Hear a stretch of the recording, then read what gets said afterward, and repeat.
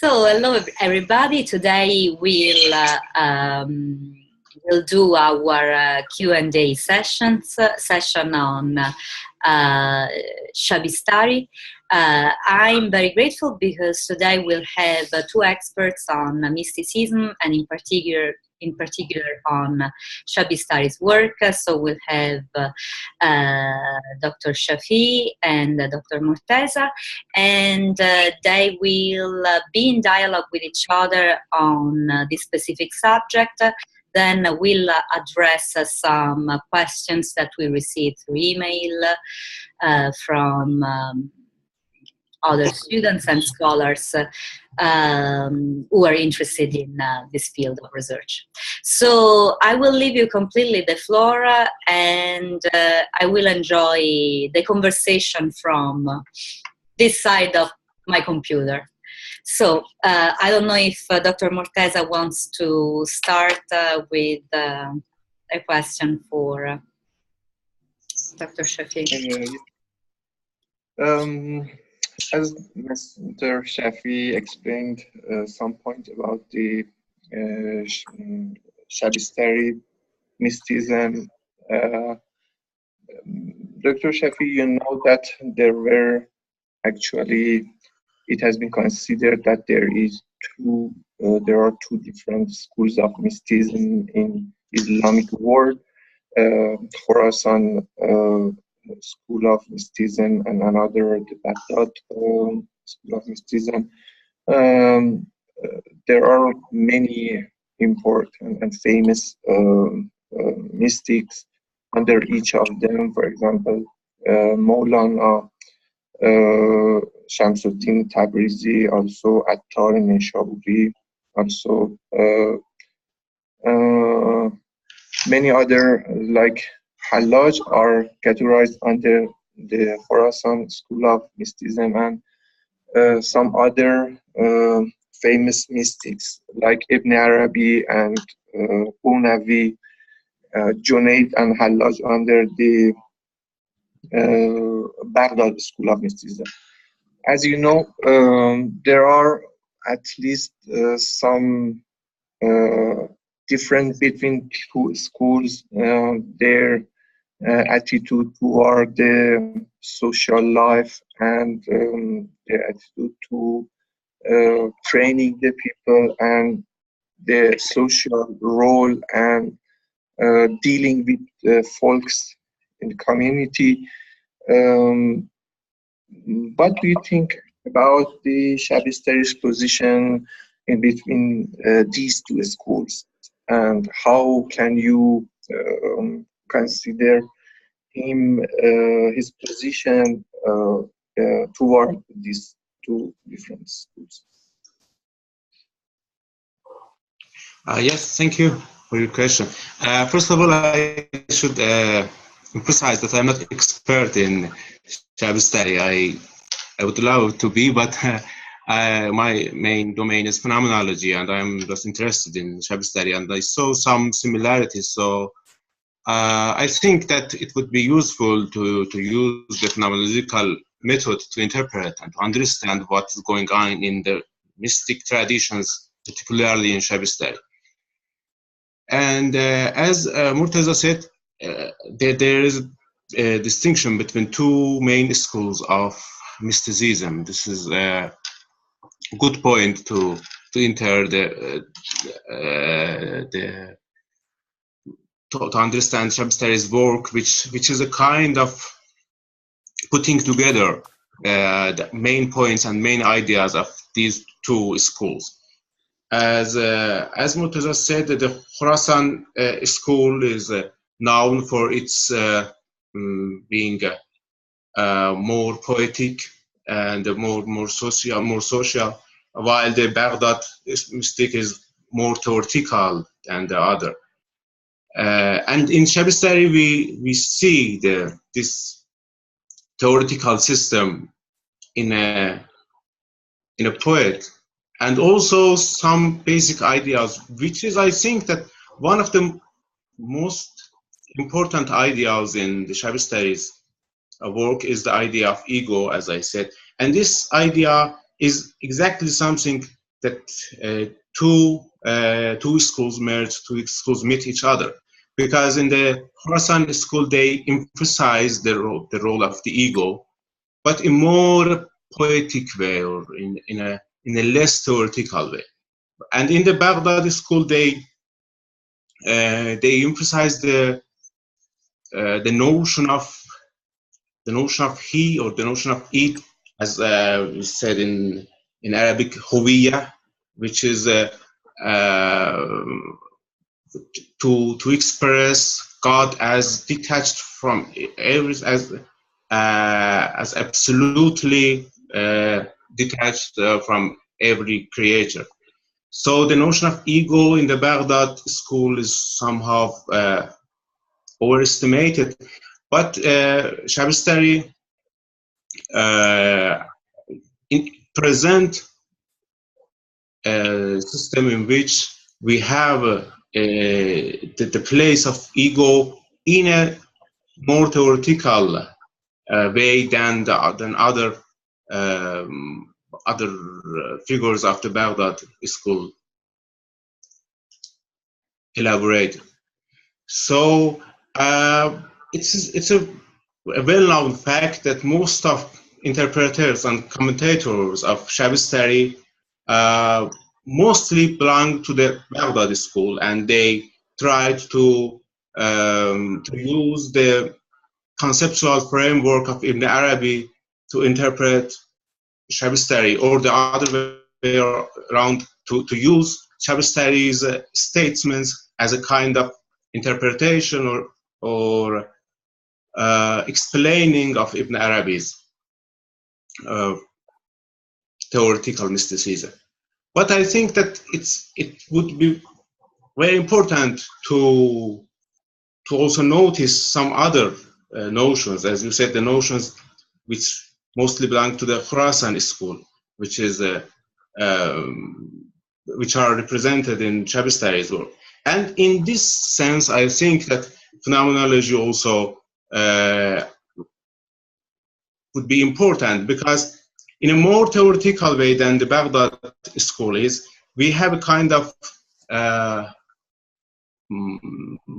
perhaps a kind of gnostic approach. I don't agree with this, but from the outside we can see that Baghdad school is very close to the gnostic, the neo-Platonistic worldview, while the Khorasan school is more, as you said, more social or more poetic. But in the phenomenological method, which can be seen in Shabistari, we can see that how these two schools are in fact in harmony and are in fact speaking of the same thing. And if we use the phenomenological approach, and we use the notion of ego and the notion of bracketing, and see the human effort as a way, not just as a position, as a way to proceed, we saw that in how we can see inconsistent, see in accordance the notions which come from the Khorasan school and the notions which come from Baghdad.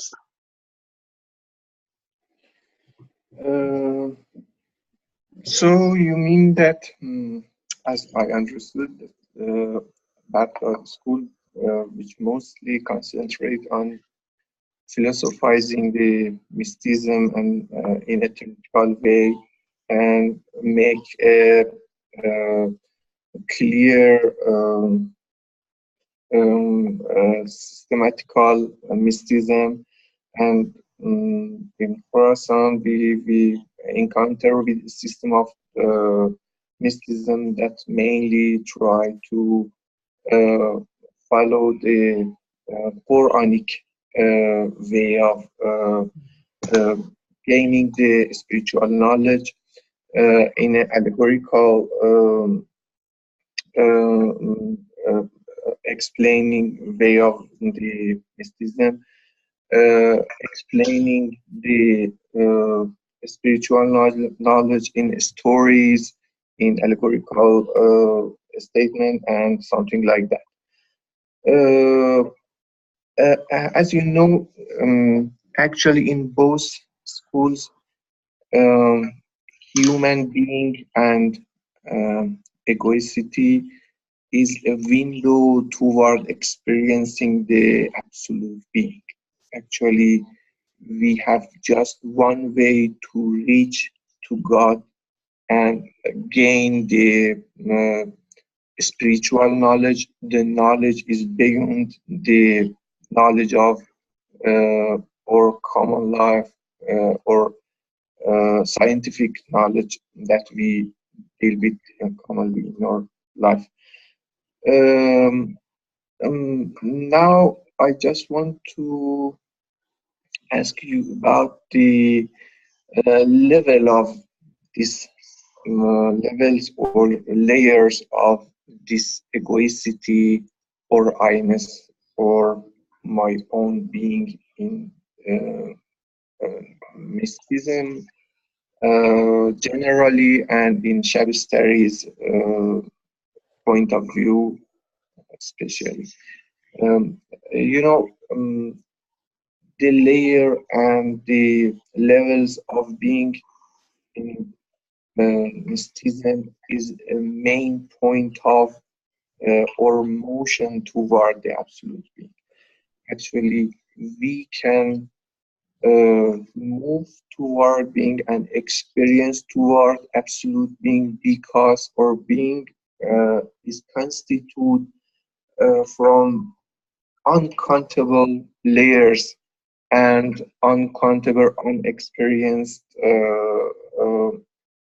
mode of being actually. What do you think Shabistari deals with this notion in his mysticism? Yeah, that's a very important point. Unfortunately, I don't know that much about the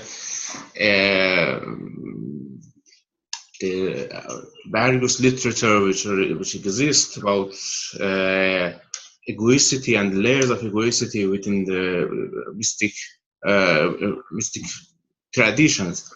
I know something about Shabistari and his commentators, and what's interesting for me is that Shabistari explicit the role of ego, and as it's famous in his famous verse, he says that چو هست مطلق آید در اشارت به لفظ من کنند از وی عبارت, which says that if the absolute existence is to be mentioned, is to be indicated, it is indicated by the term ego. So he connects ego with the absolute existence, and then try to elaborate this in a systematic way. But his commentators or some of other famous mystics try to despise ego in any sense. It says that if we want to approach toward God, we should forget about the ego and the egoicity. On the other hand, we have some Sufis from the Khorasan school who emphasize the role of ego, but in verses we call shatr, which is very exaggerated sentences, which is better not to be interpreted or explained. And shatr, perhaps you can explain better than me, but shatr is different from a theoretical sentence, from philosophical. So although Hallaj or Bayazid has said something positive about the ego, but they said this not in the philosophical context. So the interesting point for me was that Shabistari was explicit to use the notion of ego in his theoretical and in his systematic representation. Because it seems that in one way we have some Sufi traditions which use the notion of ego, but not in the philosophical or systematic way. And on the other hand, we have some other traditions which use the theoretical way or the philosophical representation, but avoid to mention the notion of ego. So Shabistari in this respect was interesting for me, and that was the reason that I think that the connection between phenomenology and Shabistari's approach could be elaborated, and it could be useful and helpful to better understand various traditions of Sufism and mysticism, as each of them are elaborating one aspect of this worldview and this background of the mystic experiences. But in any case, I'm interested I'm interested to hear about this various layers of the ego that you mentioned. Perhaps some famous mystics before Shabistari or after that. Actually, as I think, as I understood the Shabistari, I think the many different way of different levels of being and mode of being actually in mysticism generally and in Shabistari especially actually could be compared with the subjective or objective uh, egoicity in in phenomenology. Uh, Actually, as I think, also the subjective and objective egoicity is not too distinct, clear, uh, a very determined special mode of being of me. Actually, both of these notions could be, you can dynamically think about as a subjective man, a subjective egoicity, and a dynamic objective egoicity. I, I, I mean, both subjectivity and objectivity of egoicity is a dynamic notion. In mysticism, you can understand yourself and experience yourself now as a mode of being, and at the higher level, again, you can experience this mode of being not as a subject but as an object. I mean, everybody is in motion toward absolute being. And in your motion toward absolute being, you are experiencing every time a new being. And in new mode of being, you also again understand and experience your previous mode of being. But at the new position, you experience your previous being as an objective being. But now you experience yourself as a subject. This dynamic motion toward absolute being led everybody to understand an absolute being. How could it be? You can understand that every mode that you experience has another mode beyond it. Actually, with this motion toward absolute being, you can understand absolute being because you have not any other way to experience absolute being. You never reach to the absolute being because absolute is not achievable. You just the continuous and infinite motion toward actually toward absolute being can experience it and understand it. This is the only way, infinite and non-stop movement toward actually perfection and complete perfection actually. Yeah. I think this is the way that we can relate the absolute being as my being as an absolute being, as a being beyond me, and which actually contain all mode of being and everything. I mean, the being of God. Um, uh, I think actually this motion, this movement toward absolute being is not just a kind of ontological experience. Uh, in this motion, the ontology and knowledge is integrated. I mean, your being is your mode of being, is the um, is your understanding of your position. I mean, uh, in ego, actually, knowledge and ontology got integrated and unified. Uh, and So, this is excuse me. So you said that consciousness is very important in this interpretation that you gave, because there are some other Sufis which emphasize the role of unconscious experience or unconscious. I don't know, the unconscious possessing of the human being, which make them able to enjoy God's existence without their own effort.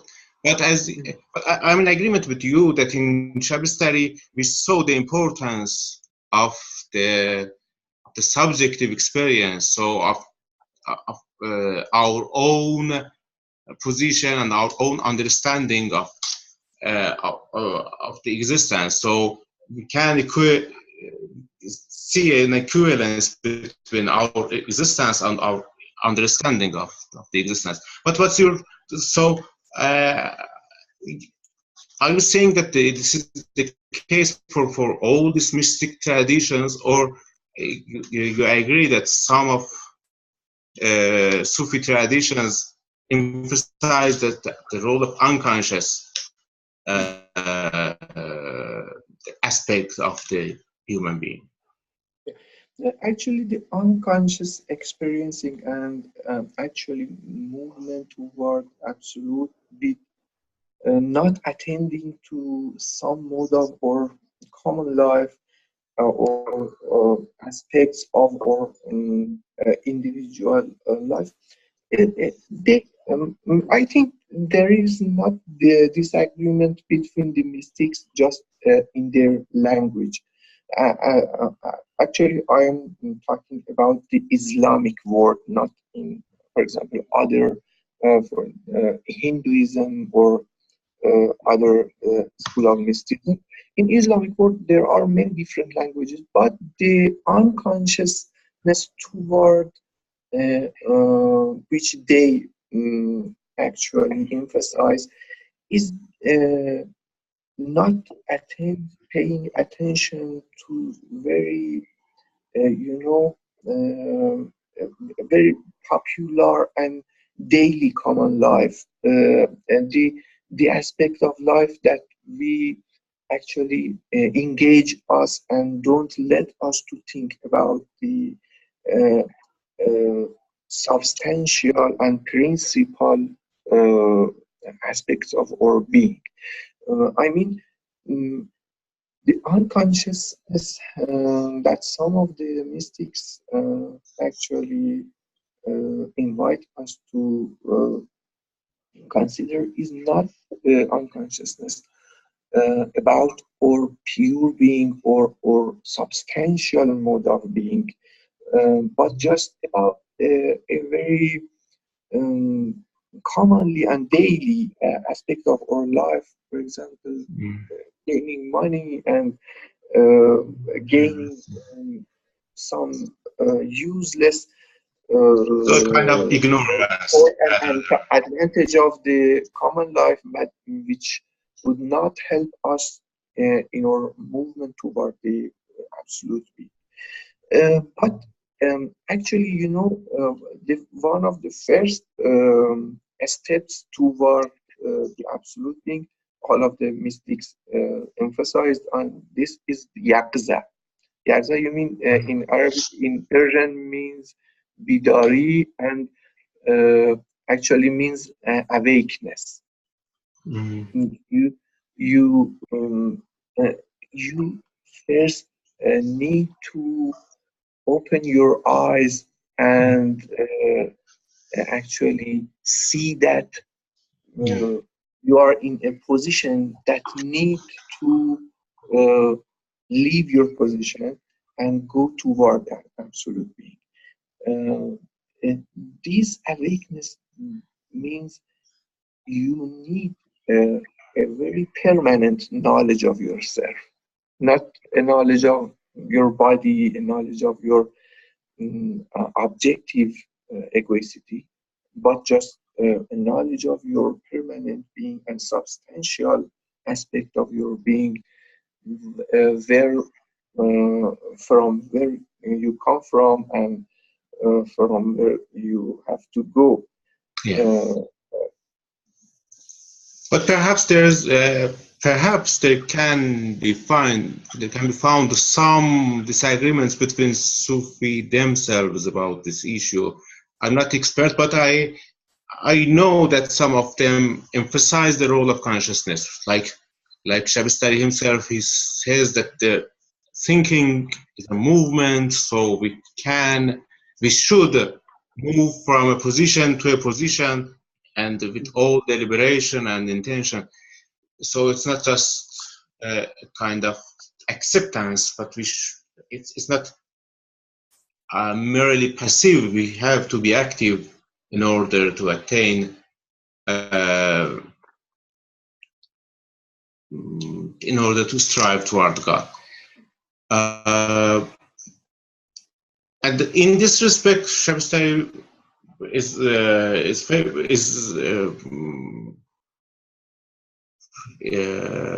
representative in some sense, but there are some other Sufis who denies the role of consciousness. As I've read about a tale who says that Hallaj behaved not normally, so he had some problems with some of his masters, and once he met Junaid in Baghdad.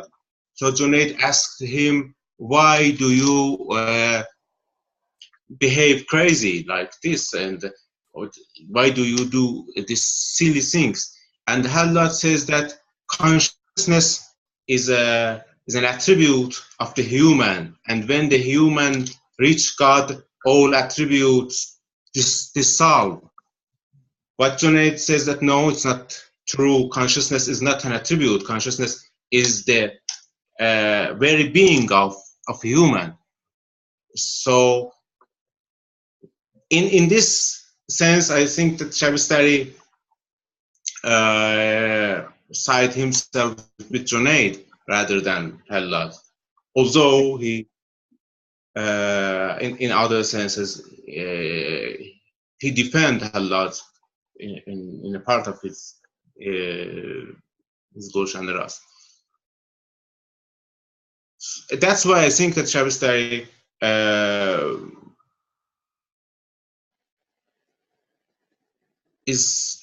was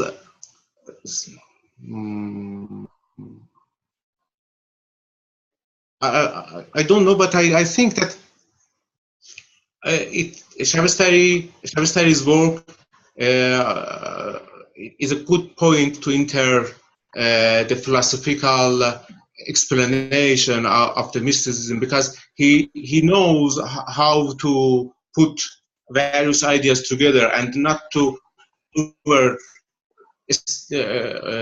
overshadowed some of important aspects. And what is very important for Shabistari, I think that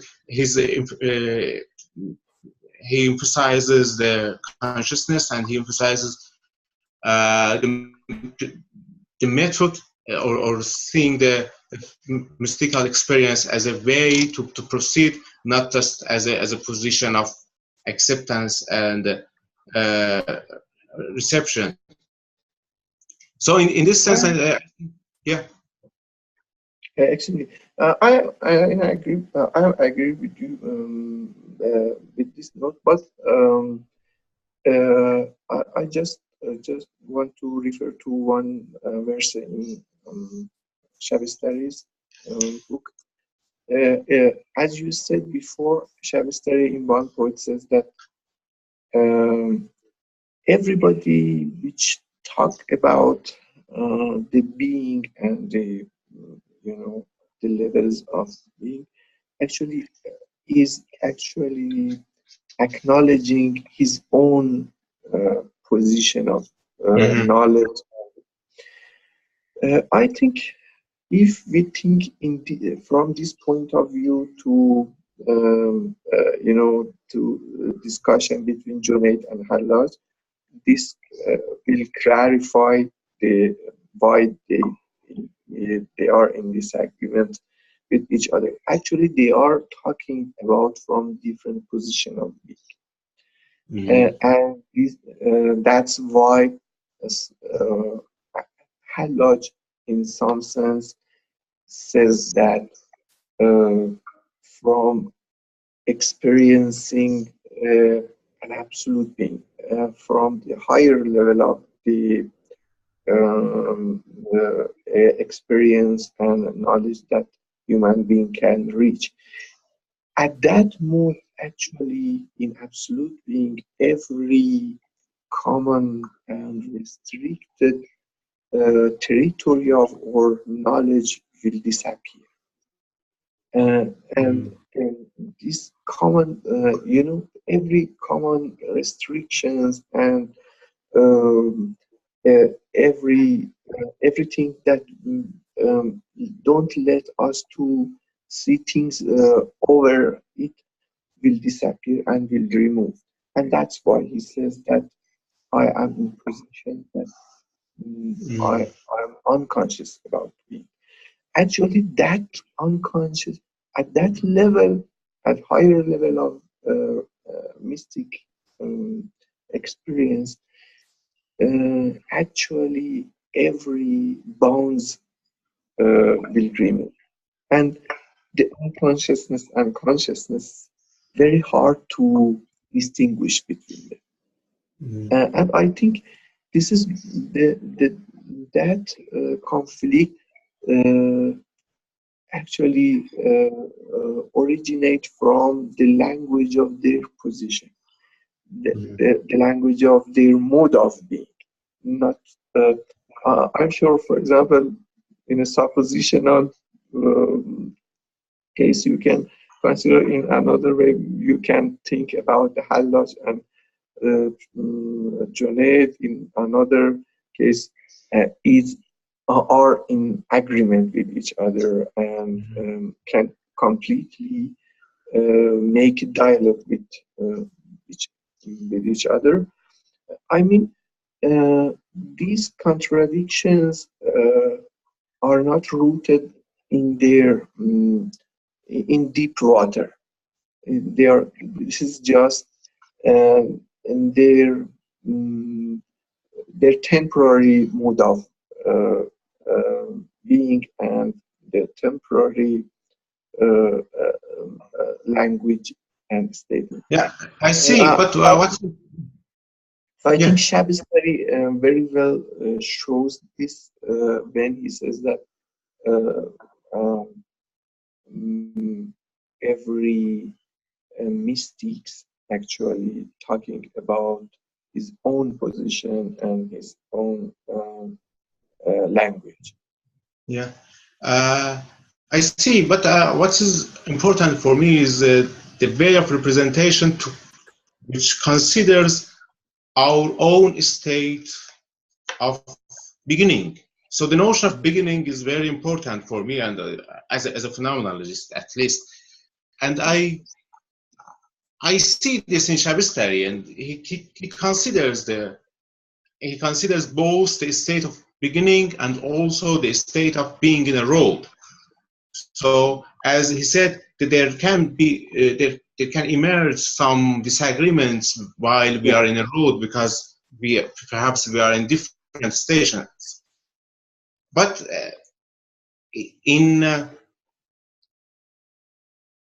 it's possible to consider this state of beginning in a representation or to ignore it. And we see that Shabistari successfully consider this state of beginning. That's why I think that there are a lot of in common between Shabistari's work and the work of phenomenology.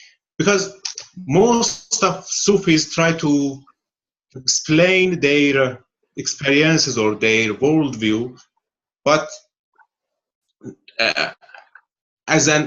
just as an actual state in which they dwell, or in a state that they wish to reach. Not so from the outside or from other traditions, it seems that there is a huge gap between our position and their position.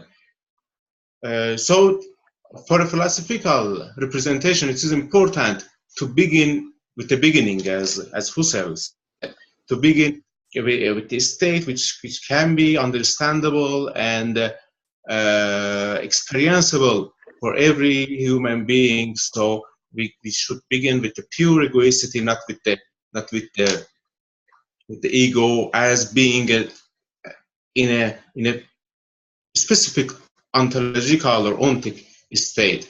So in this debate between Hallaj and Junaid, it seems that Hallaj takes his state as the paradigmatic state of being. So yeah, but in Shabistari, as he himself said explicitly, he said that سخنها چون به وفق منزل افتاد در افهام خلایق مشکل افتاد. And this he says that since the worlds are in accordance with the stations or with the states, then some disagreements or some misunderstandings has been aroused between among people.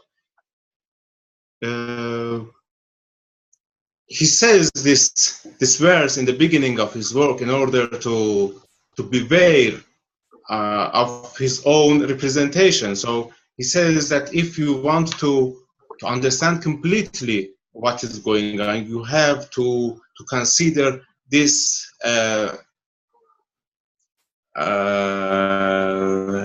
this phenomenon, and you have to consider the mystic experience or the understanding of the mystic worldview as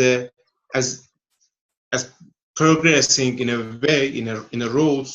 So if you see some disagreements or some tension, first of all, it's because of this distance between two stations, not because of the divergence between two roads. So in any case, at least as a representation, I think Shabistari is relatively successful, or more successful than others, at least in respect with the philosophical representation, because he emphasized, he stressed these important phenomena, these important points of the philosophical effort. Just as I said, the state of beginning, and consider the effort as a method, which is with some kind of absent in other representation. If we consider them as a philosophical representation, in case we have a vast literature of mysticism, or which are not to be considered as philosophical representations, so they have their own value in their own place. Yeah, okay, thank you very much. I just want to add another point for complementary. Actually, these different modes of being and the different language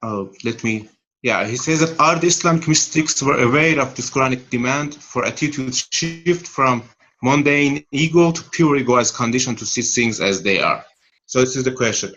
As far as I know, I think that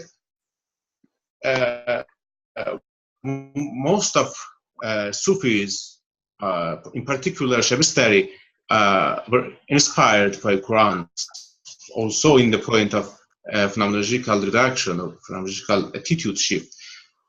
But I think that it would not be, if it would not be true to say that the main doctrine of Quran is this phenomenological reduction or this attitude shift from the mundane ego to the pure ego, because Quran as a holy text is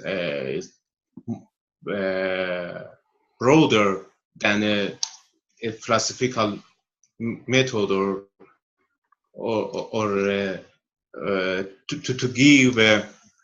to give an idea in respect with some theoretical effort or to enrich our experience.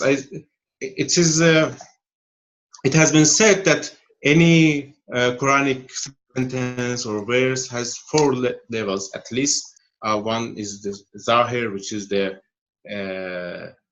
apparent meaning of the text. One is the Batin, which is the interpretation of that text, and one is the Hudud, which means the orders that can be obtained from Quran. And the fourth level, which is called Matla, and it has been said in explaining Matla that this is the level in which God speaks through Quran to his worshipper. So it's we can say that a very personal and very depending on the worshipper's own experience. So in that level, perhaps some Sufis can see some kind of call to attitude shift or some kind of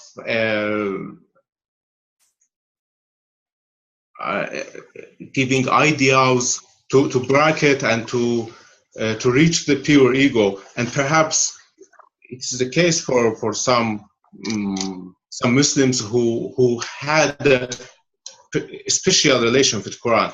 But it's not the case. It would not be true to say that this is the official interpretation or official reading of Quran. If I don't know, for the question that whether Shabistari took this idea from Quran or not, I don't know. But this idea of bracketing, this idea of going from the attitude shift from the mundane ego to the pure ego is not peculiar to Shabistari. There are some other Sufis who emphasize this point, but Shabistari perhaps more than others elaborate this in a systematic way. So all of them perhaps had a particular relation with Quran, and as you said, especially Khorasan school, the people from the Khorasan school had a very close relation to Quran, and also in their representation, they wanted to follow the manner in which Quran is supposed to guide people. So we need some historic investigations to see the relation between Quranic interpretation and mystic literature. But in short, I think that yes, Shabistari seems that I was inspired in some sense, but it's not the case that this idea of phenomenological bracketing is the only or the main doctrine of Quran. And it's not that much true to say that are the Islamic mystics aware of this fact, because it's not that much the fact. It depends on the personal experience, whether someone see this Victorian ground or not. Yeah, that was it. Thank you very much. So thank you. Yeah. So Suzy, if you have any other question or I do. You know, my question became a little more narrow now that I heard the two of you talking. And I don't know if you can address this question or not. But when you were debating about the stations of the ego, came to mind Fink's interpretation of Husserl and you know the work he did on Husserl's crisis. So you know, I was wondering if there's a chance, there's a possibility to build a parallelism between Shabistari and Fink's or Husserl's way of seeing the stations of the ego in relation to the absolute. I don't know. I'm just throwing this on the table. It was a fascinating topic. So yeah, I think it's possible to see, because the question is the relation between the absolute ego and the concrete ego. So how, first of all, how we can discover the pure ego from the mundane ego, and in the second level, how we can build or constitute the concrete ego, which we are on the pure ego. So in this case, Husserl uses the terms from the monadology of Leibniz. So he uses the term monad. I think that for Shabistari has some ideas in this respect. So because he connects absolute ego with the absolute existence, and on the other hand we have mere possibility, which he connects identity with the possibility. So concrete ego possesses different identities. So the question is that how we can connect identity with the egoicity, or how we can connect possibility with the actuality or with the pure existence. So in a verse, Shabistari says that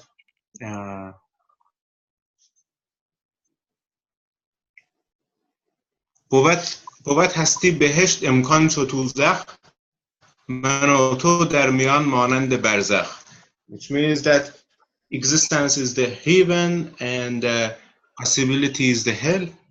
Me or ego and two are as mediate in between, or as border. So in one sense, border is an abstract notion. It's not some other thing which we have in between. So we have both existence and possibility, or we are both existence and possibility. And here the question is that how we connect existence and possibility, and how we can actualize our existence by feeling the various possibilities. This question, I think that Shabistari uses the metaphor of light. So he says that if the absolute existence is light, we are just like glass through which light goes. So we are shaping light by our own state of being, and at the same time our state of being is nothing but the light which shapes itself. So I don't think that Shabistari has elaborated this idea in a sense that Husserl did or wanted to did, or or we can see in Leibniz. But the main idea, or the seminal idea, I think, is very similar to the idea that we can see in Leibniz and also in Husserl. That's really beautiful. I mean, Shabistari is really an author to read more and more. Yeah, it's and thank you very much for your dialogue. It was instructive and interesting, and I hope we can we can still work together on. Thank you for inviting us. Thank you for making possible this nice interview. Pleasure. And, thank you. Thank you, Dr. Morteza. And if anybody of you has questions of you watching this video now and in the future, you can always send me an email and I'll put you in contact with Dr. Shafiei and Dr. Morteza.